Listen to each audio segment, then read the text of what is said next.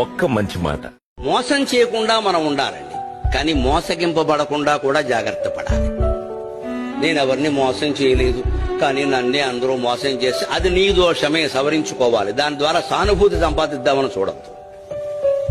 కలియుగంలో ఎప్పుడూ ధర్మం ఏమిటంటే మనం మోసానికి లోను కాకుండా ఉండాలి అంటే ఎదుటి వాళ్ళని మన పట్ల ఏం మాట్లాడుతున్నారో ఏం చేస్తున్నారో ఎప్పుడూ ఓ కన్నేసి ఉంచాలి. ఎవరిని పూర్తిగా నమ్మొద్దు. నమ్మాను అని చెప్పేవాడిని కూడా సగమే నమ్మద్దు.